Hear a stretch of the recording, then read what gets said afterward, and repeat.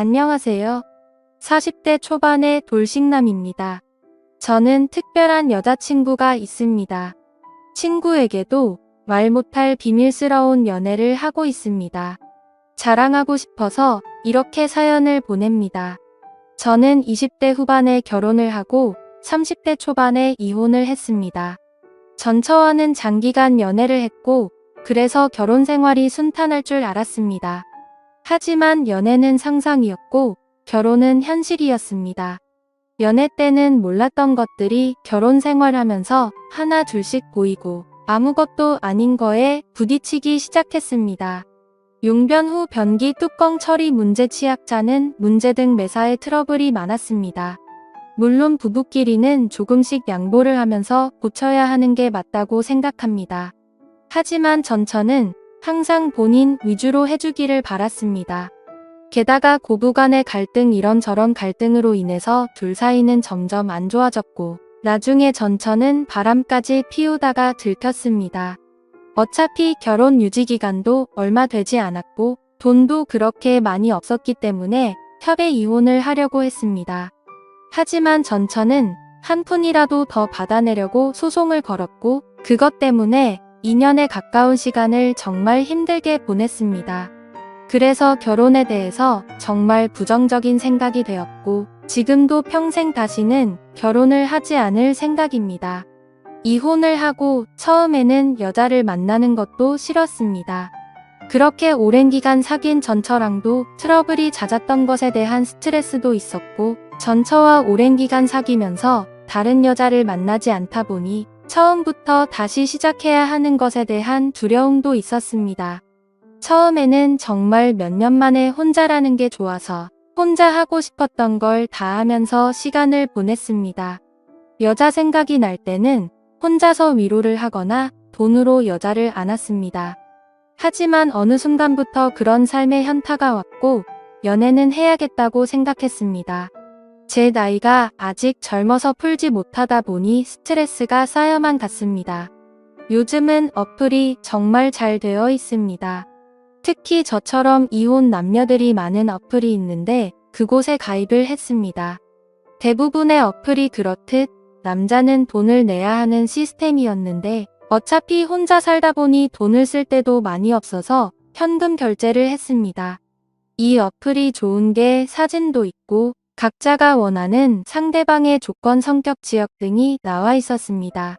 처음에 며칠간 매치되는 여성들은 얼굴이 정말 아니거나 얼굴이 괜찮은 분들은 기독교 흡연을 하는 여성들이었습니다.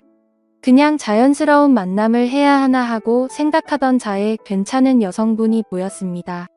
슈퍼 오케이라는 돈이 많이 드는 시스템을 사용해서 쪽지를 보냈고 다행히 여성분이 수락을 해서 연결이 되었습니다. 며칠간 연락을 주고받다 시간을 정해서 만났습니다. 사진에는 정말 예쁘게 보였었습니다. 단아한 얼굴에 조신해 보이는 모습이었습니다. 어플 보정을 어느 정도 감안하기는 했지만 직접 만나보고 많이 실망하기는 했습니다. 사진이랑 너무나도 달랐습니다. 대화를 나눠보는데 대화 자체는 나쁘지 않았습니다. 그렇게 마음에 들지는 않았지만 애프터를 했고 그렇게 사귀기로 했습니다. 같이 데이트도 하고 여행도 하고 안기도 하면서 즐거운 나날을 보냈습니다. 하지만 석연치 않게 사귀다 보니 그 만남은 결국 오래가지가 않더라고요. 그러던 중 일이 벌어지고 말았던 거죠. 저에게는 친한 친구가 집 근처에 살고 있었습니다. 그래서 자주 그 친구랑 술도 먹고 그 친구네 놀러 가기도 했습니다. 그 친구 재수씨는 나이도 어리고 정말 예뻤습니다. 친구 아내는 저보다 7살이나 어렸습니다. 게다가 성격도 애교가 많고 싹싹해서 그 친구네 집에 갈 때는 항상 재수씨가 좋아하는 음식을 사서 갔습니다. 친구 결혼식 때 얼핏 뵙기는 했는데 친구 장모님은 정말 미인이십니다. 나이도 많이 젊어서 저랑 몇 살 차이나 보이지 않았습니다. 나중에 알고 보니 재수씨 아버님이 재수씨 어렸을 때 재혼을 한 것이었고 친엄마랑 다름없이 재수씨를 키웠다고 했습니다. 그래서 친구 장모님은 친구 아내보다 21살밖에 많지 않았고 우리보다 14살밖에 많지 않았습니다. 하지만 피부도 좋고 얼굴도 예쁘고 몸도 날씬하고 잘 꾸며서 그런지 저랑 5살 정도밖에 차이나 보이지 않았습니다. 결혼 초부터도 친구네 신혼집에 가끔 가기는 했습니다. 친구가 결혼한 후 1년 정도 후에 친구 장인어른이 갑자기 돌아가셨습니다. 친한 친구이기에 장례식장에 가기도 했고 발인날에 옹구도 도와 친구를 위해서 정말 최선을 다했습니다. 장례가 끝나고 몇 주 후에 친구에게 연락이 와서 밥을 먹기로 했습니다. 장례식 때 도와준 걸 자신의 장모님이 너무 고맙게 생각해서 친구 집에서 밥 한 끼 먹자고 하셨다고 했습니다. 장소는 비록 친구 집이었지만 친구 장모님이 손수 음식을 해주셨습니다. 나이는 저보다 그렇게 많지는 않지만 그래도 오랜 기간 주부로 지내셔서 그런지 정말 음식 솜씨가 뛰어나셨습니다. 결혼식 때 잠깐 뵙고 장례식장에서 초췌한 모습만 봤는데 그날 친구 장모님을 보니 정말 뛰어난 외모를 가지고 있으셨습니다. 친구 아내도 예뻤지만 친구 장모님이 정말 아름다우셨습니다. 사위 친구니 저를 사위처럼 대해주시기는 했지만 저는 약간 여자로 느껴지기도 했습니다. 친구는 예쁜 아내도 있고 젊고 아름다운 장모님도 있다는 게 부러웠습니다. 그렇게 좋은 시간을 가지고 몇 년 지났을 때였습니다. 친구는 그 사이 아들을 낳았는데 아들이 돌이 지나자 재수씨가 복직을 해야 해서 장모님이 집에 와서 봐주신다 했습니다.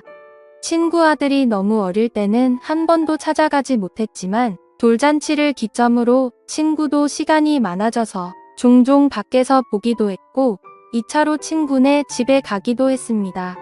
물론 아이가 아직 어리니 조심스럽기는 했는데 재수씨도 저를 좋게 보고 있었고 친구 장모님도 저를 좋게 보고 있었습니다. 항상 갈 때는 재수씨와 장모님이 좋아하시는 음식도 사가지고 가거나 배달을 시켜주었고 아직 어리지만 조카 용돈이나 선물도 가지고 갔기 때문에 너무나도 환대해졌습니다. 처음에는 아무래도 사위 친구다 보니 어색한지 장모님은 방에 들어가셨습니다. 하지만 시간이 지나자 같이 술 한 잔씩 하기 시작했습니다. 장모님도 술을 좋아하시는데 손자 때문에 많이는 안 드셨지만 그래도 맥주 몇 잔씩 드시며 좋아하셨습니다. 그러면서 제 결혼 생활이나 연애에 대해서도 물어보시며 혼자 사는 것에 대해 진심으로 걱정을 해주셨습니다. 어느 순간 친구를 통해서 반찬도 보내주시고 더 자주 초대해주셔서 저녁을 대접해주기도 했습니다. 그럴수록 친구 장모님이 너무나도 괜찮아 보였고 얼굴을 자주 봐서 그런지 정이 들기 시작했습니다. 여자친구와 트러블이 많고 스트레스를 받을 때 장모님은 너그럽고 인자한 성격으로 저의 스트레스를 보듬어 주셨고 그럴수록 점점 친구 장모님이 좋아지기 시작했습니다. 집이라서 편하게 입고 화장도 많이 하지 않은 얼굴이었지만 그래도 너무 예뻐 보였습니다. 여자친구 외모와는 비교가 되었습니다. 그럴수록 틈만 나면 친구에게 연락해서 친구네 집에 놀러 갔고 그러다 보니 더 자주 보면서 친해지게 되었습니다. 여자친구와는 결국에는 헤어졌습니다. 어차피 앉는 것도 눈치 보면서 안아야 하는데 데이트 비용은 또 제가 거의 다 내야 했기 때문에 돈을 써서 젊고 예쁜 여자를 만나는 게 더 낫다는 생각이 들었습니다. 그리고 마음의 친구 장모님이 한 번 자리 잡고 나니 여자친구가 마음에 들지 않았습니다. 친구 장모님을 따로 만날 기회가 없었고 항상 친구나 재수씨와 함께 봤기 때문에 제 마음을 표현하기는 힘들었습니다. 어떻게 연락처를 가지고 있기는 했지만 가끔 안부식으로 몇 번 연락을 한 게 다였습니다. 그러다 어느 날 기회가 왔습니다. 친구가 아내와 아들을 데리고 며칠 해외여행을 간다고 했습니다. 장모님에게도 같이 가자고 했지만 새 식구 오붓하게 다녀오라며 자신은 좀 쉬기도 하고 친구들도 만날 거라고 했다 했습니다. 저는 그게 기회라고 생각해서 따로 친구 장모님을 만나기로 했습니다. 친구가 여행을 간다고 한날 연락을 했습니다. 친구 여행 가서 혼자 계시느라 심심하지 않으시냐. 그동안 저에게 대접을 잘해주셔서 한번 대접을 하고 싶다고 했습니다. 장모님은 스케줄이 좀 있다고 하셨고 스케줄 없는 날에 그런 맛있는 거 사달라고 하셨습니다. 친구 장모님이 먹고 싶다는 메뉴를 검색해서 일부러 차로 몇십 분 가야 하는 괜찮은 맛집을 알아봤습니다. 장모님도 좋다고 하셨고 제가 차를 몰아 장모님을 태우러 친구네 집으로 갔습니다. 그동안 친구 집에서 편한 모습만 봤었는데 외출을 한다고 꾸민 장모님을 보니 정말 아름다웠습니다. 누가 보면 정말 40대인 줄 알 정도였습니다. 물론 저를 사위 친구로 생각하시고 편하게 나오신 거였지만 저는 꾸민 그녀를 보자 첫 데이트 마냥 심장이 쿵쾅거렸습니다. 우리는 드라이브도 하고 남한강이 보이는 분위기 좋은 곳에서 맛있는 밥도 먹었습니다. 조금이라도 그녀와 더 있고 싶어서 뷰가 좋은 카페에 가서 이야기도 많이 했습니다. 장모님은 이제 손주도 컸고 어린이집 등 하원은 친구나 재수씨도 할 수 있으니 이제 슬슬 친구네와는 따로 살 생각이라고 했습니다. 친구 부부에게도 얘기를 했는데 아직은 같이 살기를 원한다며 아마 혼자 지낼 자신이 걱정돼서 그런 것 같다고 했습니다. 장모님이 친구네 집에 계속 있으면 솔직히 저에게는 전혀 기회가 없기 때문에 저는 맞장구 쳐주는 것처럼 이제 장모님도 따로 사시면서 장모님 인생을 즐기라고 말했습니다. 장모님도 저랑 얘기가 통한다며 좋아했습니다. 장모님을 친구네 집에 바래다 주고 헤어지기가 아쉬워서 술 한잔 하자고 했습니다. 하지만 장모님은 다음날 아침부터 친구들과 스케줄이 있다며 거절하셨습니다. 며칠 안 남은 친구네 여행 기간에 시간 되실 때 있냐고 물어봤지만 간만에 혼자 있는 기간이라 스케줄을 다 잡아놨다며 친구 부부가 여행 끝나고 돌아오면 집으로 한번 와서 함께 마시자고 했습니다. 저는 너무나도 아쉬웠지만 계속 들이대면 거부감이 들까봐 쿨한 척 그녀를 돌려보냈습니다. 집으로 들어오니 너무나도 아쉬움이 남았고 장모님을 생각하며 스스로 위로를 했습니다. 그 후로 몇 개월 친구네 집에 몇 번 갔고 친구 장모님을 보면서 애틋한 감정은 점점 부풀어 올랐습니다. 그러던 어느 날 친구네 집에 갔을 때 장모님이 보이지 않으셨고 친구는 며칠 전부터 따로 나가서 사신다고 했습니다. 그 얘기를 듣고 몇 날 며칠을 고민하다가 장모님께 메시지를 보냈습니다. 나가 사신다는 얘기 들었다며 괜찮으시냐고 안부를 물어봤고 장모님은 손주가 눈앞에 아른거리지만 시간적 여유도 있고 육체적으로도 편하다고 했습니다. 이런저런 얘기를 하다가 시간 될 때 같이 식사하자고 했고 그 후로 연락을 더 주고받다가 결국 만나게 되었습니다. 몇 주 만에 만나는 그녀는 정말 아름다웠습니다. 첫 데이트 때보다 더 아름답게 입고 왔고 그 모습에 눈에서 하트가 뿅뿅하는 걸 느낄 수 있었습니다. 우리는 소고기집에 가서 한우를 먹으며 술을 한잔 했습니다. 그녀는 다음날 스케줄이 없다며 오랜만에 술을 실컷 마시고 싶다고 했습니다.